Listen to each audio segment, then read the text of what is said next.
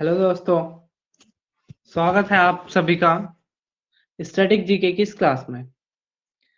तो सबसे पहले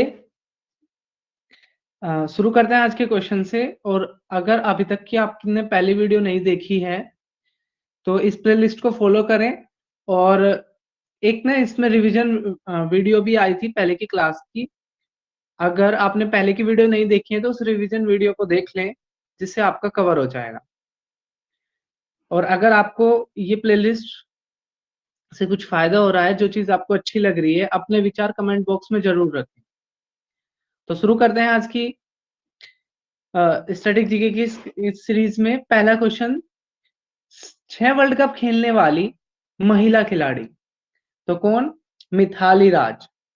अगर पुरुषों में बात करें तो सचिन तेंदुलकर और जावेद मियांदाद ने भी 6 वर्ल्ड कप खेले हैं। इसके अलावा मैटरनिटी अमेंडमेंट एक्ट 2017 में क्या था? यानी कि जो महिलाओं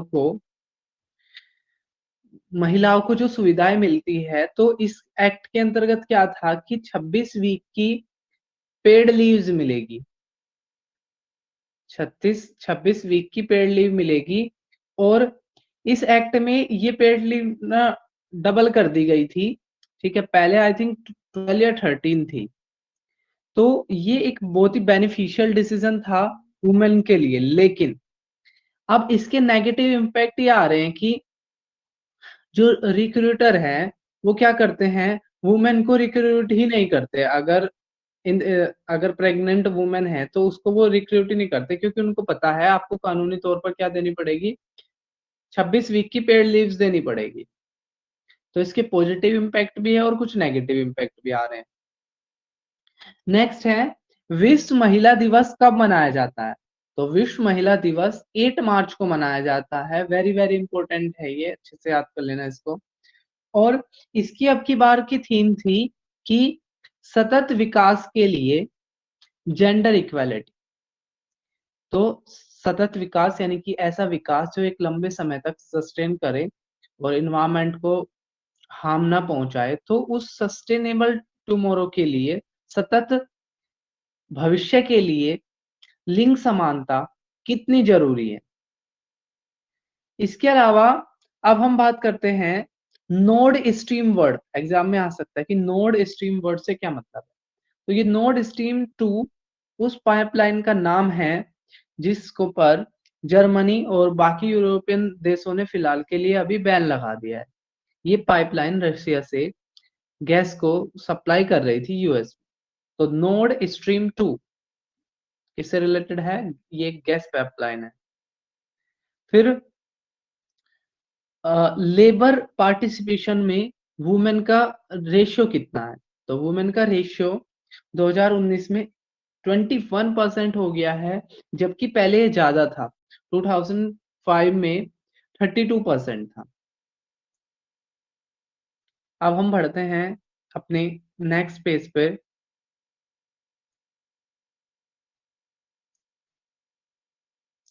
तो यहाँ पे कुछ क्वेश्चंस है। UN world voter report. तो यूएन की वर्ल्ड वोटर रिपोर्ट आई है और इसका विषय क्या था? वैल्यूइंग वाटर, पानी को महत्व देना। इसके अलावा एक टर्म आया था ग्रे वाटर। और आजकल ना ये टर्म बहुत आते हैं कि ये टर्म इससे मतलब क्या है।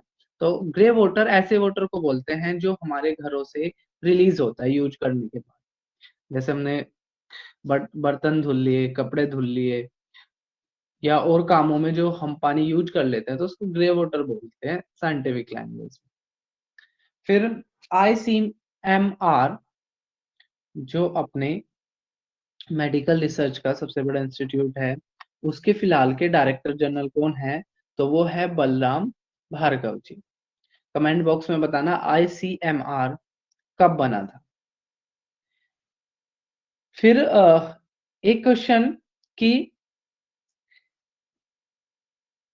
अल्बर्ट आइंस्टीन ने गांधी जी के 17 बर्थडे पर उनको कहा था कि ये विश्वास करना आने वाली जनरेशन के लिए, आने वाली पीढ़ियों के लिए ये विश्वास करना मुश्किल होगा कि इस तरह की काया वाला और इस तरह की हड्डी वाला कोई इंसान इस पृथ्वी पर था।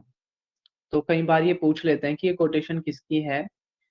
तो अल्बर्ट आइंस्टीन जी ने कहा था 70th बर्थडे पर गांधी जी के कि आने वाली जनरेशन के लिए विश्वास करना मुश्किल होगा कि हड्डी, इस तरह की हड्डी और मांस का पुतला कोई था।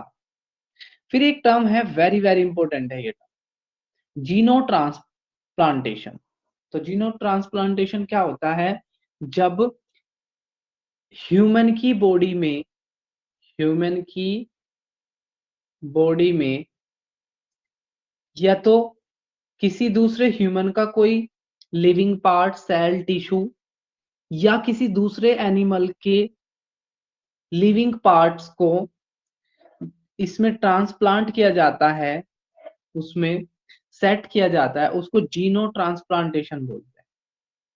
अब ये इशू क्यों है? ये इशू है, एक हिंदू एडिटोरियल में एक एडिटोरियल आया था, साइंस एंड एथिक्स, यानी कि विज्ञान और नैतिकता।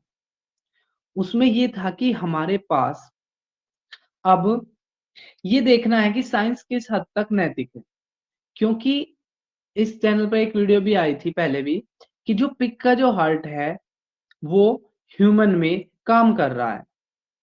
अब बहुत सारे व्यक्ति ऐसे हैं जो इस कंडीशन में हैं जिनको ऑर्गन की जरूरत पड़ेगी।